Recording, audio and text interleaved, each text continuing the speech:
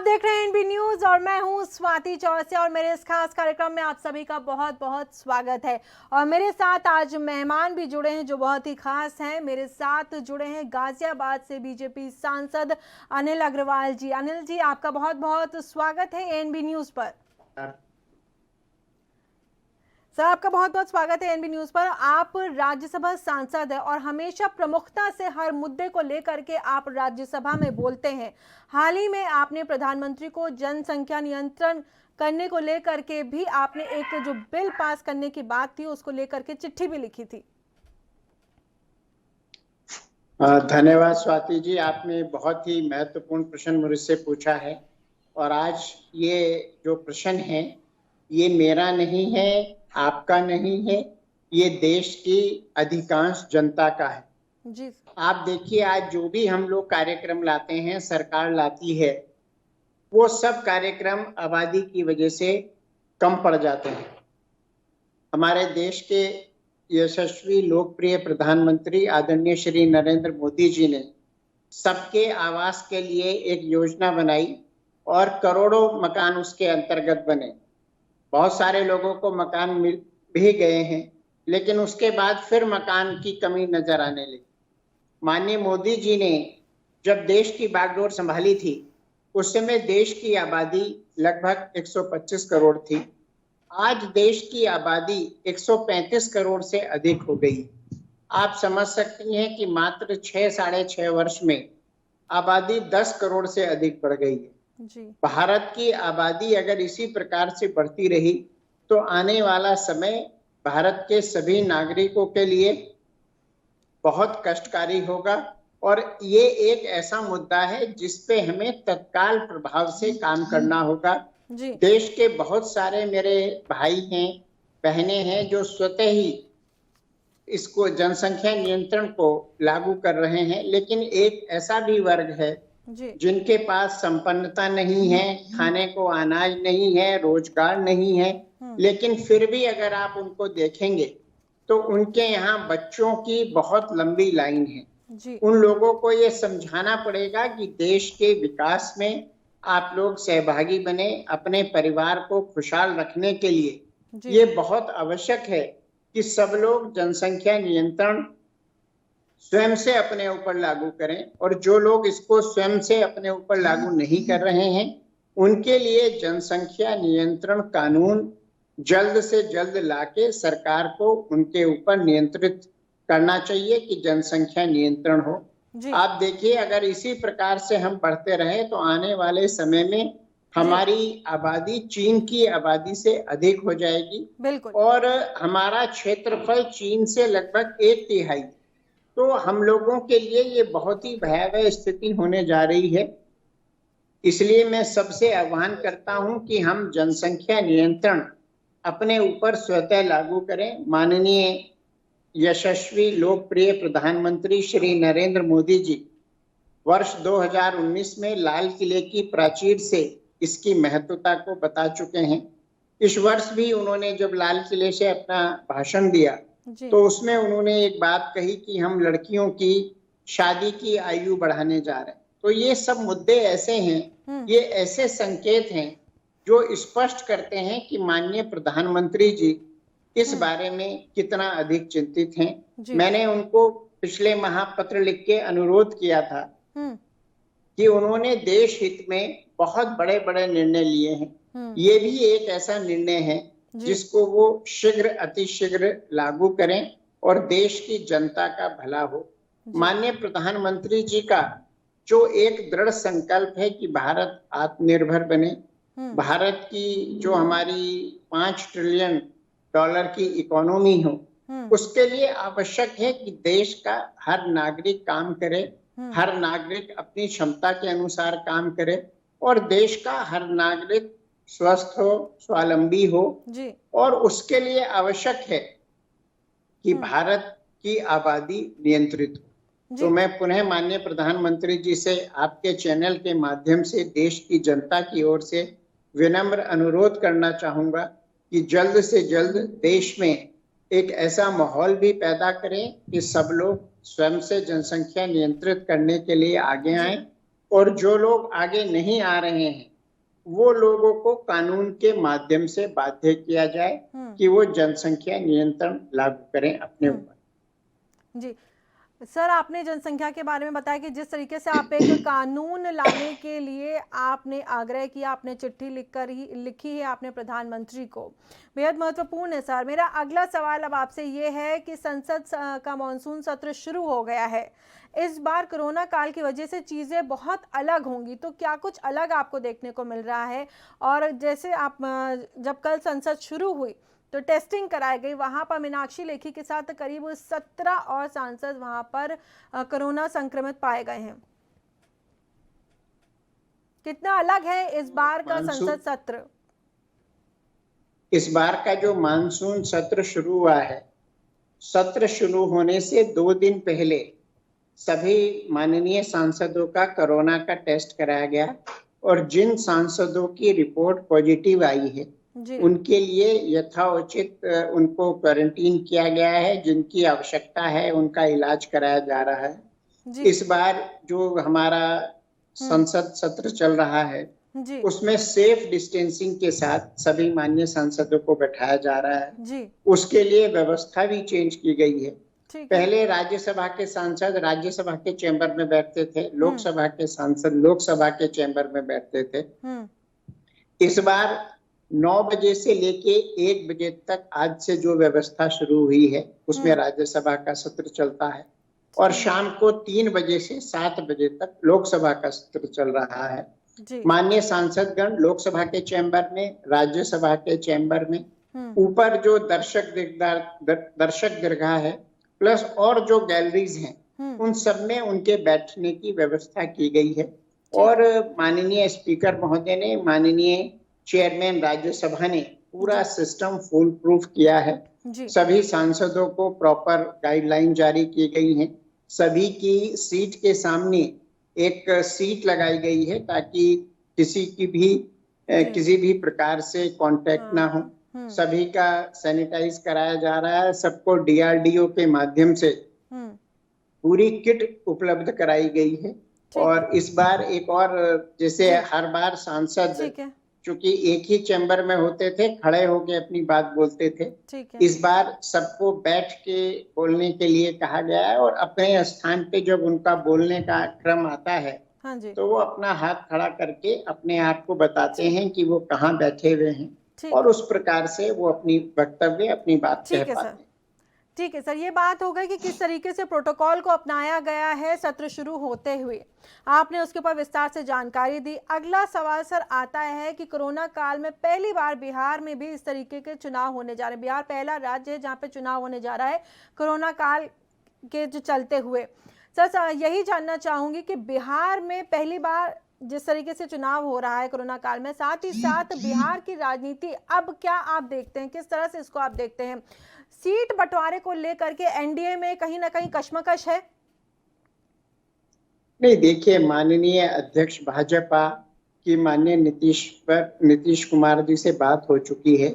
Seat बंटवारे को लेके जो भी दुविधाएं थी वो समाप्त हो चुकी हैं और एनडीए पूरी ताकत के साथ, पूरी निष्ठा के साथ, पूरी मेहनत के साथ इस चुनाव को लड़ने जा रहा है। जहां तक चुनाव कराने की बात है, ये इसका डिसीजन भारतीय चुनाव आयोग करता है। इसमें सरकार का बहुत ज्यादा रोल नहीं रहता और चुनाव आयोग ने शायद ये समझा होगा कि हम प्रोटोकॉल्स के साथ, सेफ डिस्टेंसिंग के साथ चुनाव करा सकते हैं, तो उसी वजह से ये चुनाव कराया जा रहा है और चुनाव आयोग समय समय पे इस पूरी व्यवस्था की समीक्षा करता रहेगा और यदि उनको लगेगा कि हाँ सब कुछ ठीक प्रकार से होगा तो वो चुनाव कराएंगे।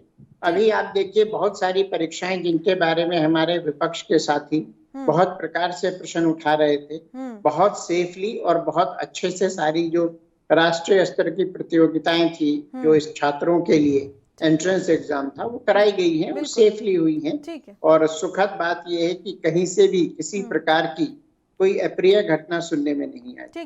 तो मुझे लगता है कि चुनाव आयोग के निर्देश में हम लोग अच्छे से इस में भाग ठीक है लेंगे सर। और सब लोग सेफली इस चुनाव को ठीक प्रतिभाग है, करें। ठीक है सर। आप कह रहे हैं कि चुनाव आयोग इसका ध्यान रखेगा और पूरी सेफ्टी के साथ और कोरोना प्रोटोकॉल के साथ चुनाव लड़ा जाएगा। ठीक है, अब आ जाते हैं बंटवारे पे सर। आपने कहा कि ऐसी कोई दिक्कत नहीं है, लेकिन ऐसी कोई दिक्कत नहीं होती तो सर जेपी नड्डा इस तरह से बिहार नहीं पहुंचते। बताया जा रहा है कि चिराग पासवान नाराज हैं कम सीटें मिलने से। नहीं, चिराग जी का आपने स्टेटमेंट नहीं शायद पढ़ा है। उन्होंने बड़ा स्पष्ट किया है कि वो एनडीए के सदस्य हैं और भाजपा जो उनके लिए सोचेगी अच्छा सोचेगी और वो पूरी तरह से भाजपा परिवार का अंग है। हम लोग मिलके चुनाव लड़ेंगे और हम लोग आप देखिएगा आने वाले बिहार के चुनाव में मुझे लगता है 2/3 से अधिक की मेजोरिटी लेके हम लोग अपना चुनाव जीतने जा रहे हैं। सर नतीजे क्या होते हैं वो तो बाद में ही पता चलेगा, लेकिन अगर स्थिति स्पष्ट हो गई होती तो जब 2 दिवसीय दौरे पे आए थे उसके बाद ही बता दिया होता कि कौन कितनी सीटों पर चुनाव लड़ने जा रहा है। ऐसे में ये भी खबरें आ रही हैं कि कल दिल्ली में चिराग पासवान अपने आला नेताओं के साथ, अपने वरिष्ठ नेताओं के साथ बैठक करेंगे और इस बारे में चर्चा भी कर रहे हैं, क्योंकि चिराग अभी भी संतुष्ट नहीं है। नहीं, देखिए चुनाव के समय में विचार मंथन चलता रहता है और बड़े नेताओं में ये आपस में चर्चा होती रहती है कि कहाँ किसको कौन सी सीट मिलेगी, किस स्ट्रेटजी से कौन सी सीट लड़नी है। तो ये विचार मंथन और एक दूसरे से मिलने का क्रम जो है ये अच्छी दिशा में जा रहा है, इसमें कहीं कोई दिक्कत नहीं है। जी ठीक है सर। अब मैं बात कर लेती हूँ जो हमें खबरें मिल रही हैं बिहार में। जिस तरीके से बीते चुनाव में भी पोस्टर वॉर अक्सर दिखाई देती थी, लेकिन लालू का पोस्टर जो इस बार जो आरजेडी की तरफ से जो पोस्टर लगे हुए हैं उसमें लालू के पोस्टर का कोई नामो निशान नहीं है। लालू जी को कहीं भी जगह नहीं दी गई है, बल्कि तेजस्वी यादव ने खुद को प्रमुखता से वहां पे रखा है और नारा दिया है नई सोच नया बिहार युवा सरकार अब की बार। इसको आप किस तरह से देखते हैं सर, विपक्ष की भूमिका? देखिए तेजस्वी जी पिछली बार नीतीश कुमार जी के सरकार में हिस्सा थे जी, और उनके कार्यकलापों के कारण ही माननीय नीतीश जी को उनका साथ छोड़ना पड़ा और वो भारतीय जनता पार्टी के साथ आए। तेजस्वी जी के बारे में, तेज प्रताप जी के बारे में पूरा बिहार जानता है। उनको एक माननीय लालू प्रसाद यादव जी ने बनी बनाई एक जो उनकी राजनीतिक पृष्ठभूमि थी वो उनको दे दी है। उनको समझ में नहीं आ रहा है कि इसको किस प्रकार से संजोया जाए, किस प्रकार से संभाला जाए। वो कुछ भी कहते हैं और मैं उनके बारे में बहुत ज्यादा कमेंट नहीं कर पाऊंगा, ना मैं कहना चाहता हूं, मेरे लिए ये ठीक भी नहीं है। लेकिन बिहार की जनता जानती है कि दोनों भाइयों ने जब वो सरकार में थे किस प्रकार से बिहार की जनता को गुमराह करने का काम किया है। सरकार में अस्पष्टता की है और उनके बहुत सारे निर्णयों से तत्कालीन सरकार को बहुत सारी दिक्कतों का सामना करना पड़ा है। बल्कि मैं तो यहाँ तक कहूंगा अगर उनका आचरण और उनका कार्यकलाप ठीक हुआ होता तो माननीय नीतीश जी उनका साथ नहीं छोड़ते। नीतीश जी एक अच्छे और मझेरे राजनेता हैं और उनका भारतीय जनता पार्टी के साथ एक नेचुरल अलायंस भी बनता है। तो माननीय नीतीश जी ने जब देखा कि वो जनता दल जो आरजेडी है उसके साथ उनका नहीं चल सकता तो उन्होंने भारतीय जनता पार्टी के सहयोग लिया और एनडीए के सदस्य हैं और मुझे लगता है हम लोग मिलके बिहार में बहुत अच्छा जो है वो चुनाव लड़ेंगे और जीतेंगे और बिहार की जनता की उन्हें 5 साल के लिए सेवा करने के लिए हम लोग तत्पर हैं, तैयार। ठीक है सर। जीतन राम मांझी के आप सर क्या रोल देखते हैं एनडीए में? देखिए वो अच्छे नेता हैं और पूर्व मुख्यमंत्री हैं तो उनके आने से भी एनडीए मजबूत होगा और मैं ये मानता हूं हर एक नेता चाहे वो छोटा है चाहे बड़ा है उसकी चुनाव में भूमिका होती है। बूथ का जो हमारा कार्यकर्ता है और राष्ट्रीय अध्यक्ष तक सब चुनाव में पूरी निष्ठा के साथ अपना 100% देते हैं और ये पूरी टीम वर्क है। हमारे पूर्व राष्ट्रीय अध्यक्ष और माननीय गृह मंत्री जी का बड़ा स्पष्ट नारा था कि आपने अपना बूथ जीता देश जीता। तो मैं तो ये मानता हूँ जीतन राम मांझी साहब तो बड़े नेता हैं, बूथ का जो हमारा कार्यकर्ता है उसकी भी चुनाव में बहुत महत्वपूर्ण भूमिका होती है। और जैसा कि मैंने कहा कि हमारे पूर्व राष्ट्रीय अध्यक्ष और वर्तमान गृह मंत्री जी का तो नारा ये है कि भाई बूथ जीता तो देश जीता। तो हर बूथ का कार्यकर्ता मेहनत से काम करता है और उसने अपना बूथ जिताया, सबने अपना मिलके बूथ जिताया, चुनाव जीत जाते हैं। तो यानी कि हम ये मान के चले कि एनडीए में जीतन राम मांझी जी के लिए जगह है? सबके लिए जगह है, जो हमारी विचारधारा से जुड़ा हुआ है, जो हमारी विचारधारा को मानता है, हम सबको अपने साथ समायोजित करने के लिए तैयार हैं। जो हमारे साथ मिलके काम करना चाहता है, हमारी विचारधारा को मानता है, तो कहाँ दिक्कत है। ठीक है, क्योंकि चिराग पासवान के लिए तो बड़े अनाप शनाप तरीके की टिप्पणियां वो करते रहते हैं, उनके लिए उन्होंने काफी कुछ गलत शब्दों का इस्तेमाल भी किया। और अब आपसे यही हम जानना चाहेंगे जी। ये सब पुरानी बातें हैं। हम सब मिलके चुनाव लड़ेंगे। माननीय मोदी जी एनडीए के लीडर हैं और उनके नेतृत्व में ये चुनाव लड़ा जाएगा और हम सब उनके नेतृत्व में काम करते हैं। उन्होंने जिस प्रकार से बिहार के विकास के लिए काम किया है, ये सब जानते हैं। माननीय मोदी जी का एक करिश्माई नेतृत्व है, उनका एक करिश्माई व्यक्तित्व है और देश की जनता उन पे पूरी तरह से विश्वास करती है। और जो उनका 6 साल का कार्यकाल रहा है वो सबके सामने है। और एनडीए में जिस भी प्रदेश की सरकार होती है, चाहे वो भाजपा की सरकार हो, चाहे अलायंस की सरकार हो, माननीय मोदी जी का उसके ऊपर पूरी तरह से एक अपना दृष्टिकोण होता है। वो उनके ऊपर भी नजर रखते हैं कि वो भी उतना ही अच्छा काम करें और एनडीए का नाम और उज्जवल हो और अच्छा।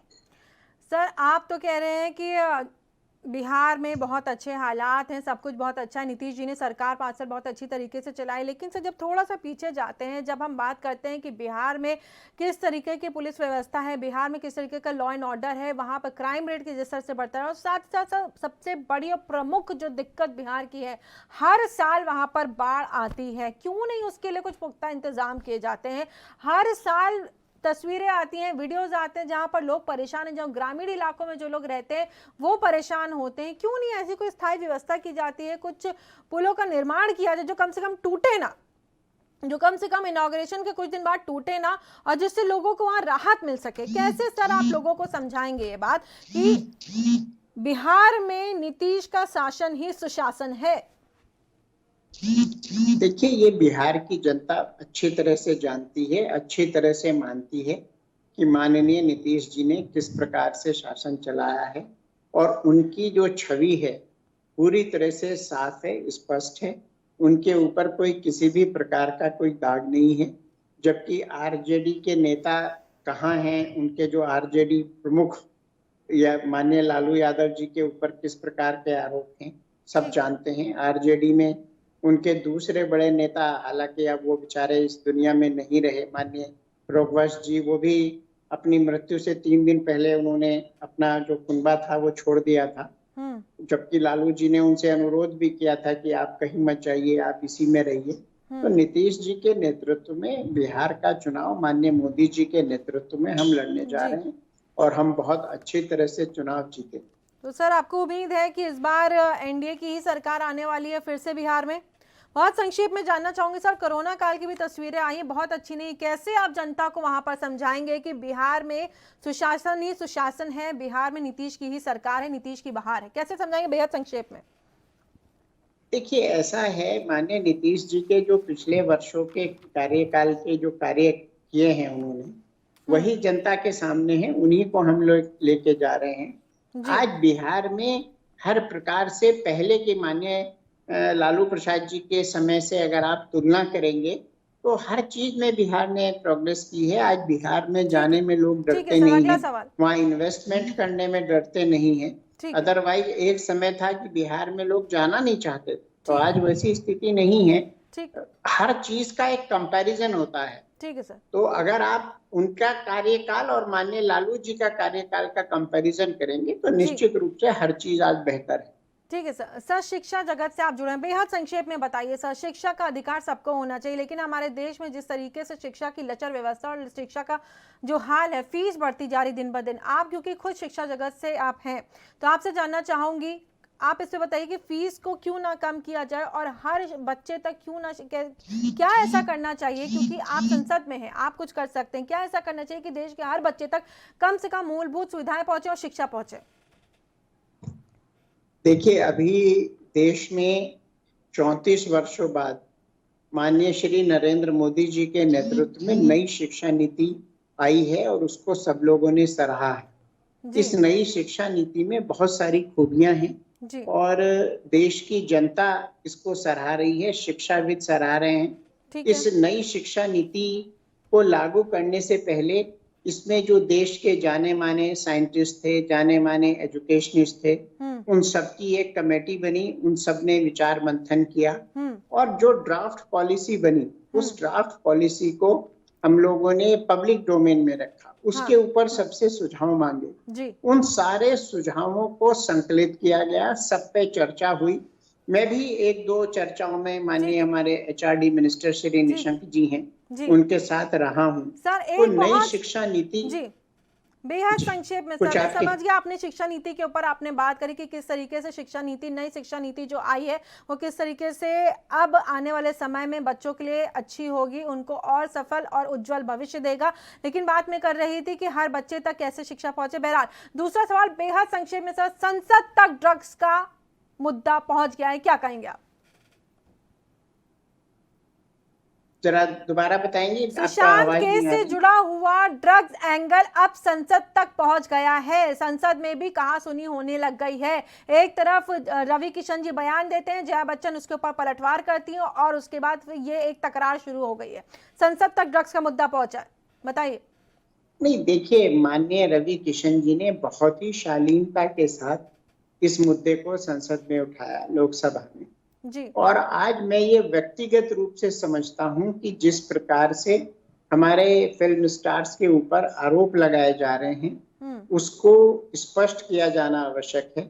मैं बहुत स्पष्ट रूप से ये मानता हूं कि सारे के सारे फिल्म स्टार इस प्रकार के नहीं हो सकते। एक दो लोग हो सकते हैं जो इस प्रकार के कार्यों में लिप्त हों, लेकिन आज जो मीडिया में चल रहा है, जो देश की जनता के मन में है, वो इस प्रकार से है कि सारे फिल्म स्टार इस प्रकार के कार्यों में लिप्त हैं। उनको बहुत सारे लोग अपना आइडियल मानते हैं, उनको फॉलो करते हैं।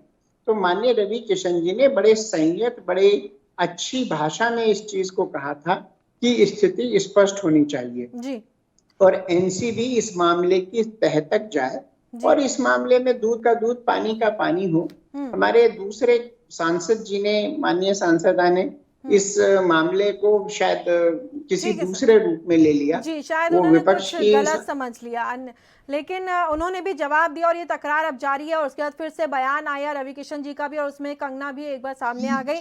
बहरहाल आपका बहुत बहुत धन्यवाद सर। अनिल अग्रवाल जी हमारे साथ जुड़े हुए थे गाजियाबाद के से बीजेपी सांसद अनिल अग्रवाल जी बेबाकी से सभी सवालों का जवाब देते हुए। मेरी इस खास पेशकश में फिलहाल इतना ही, लेकिन देश और दुनिया की तमाम बड़ी खबरों के लिए आप बने रहिए ANB न्यूज के साथ।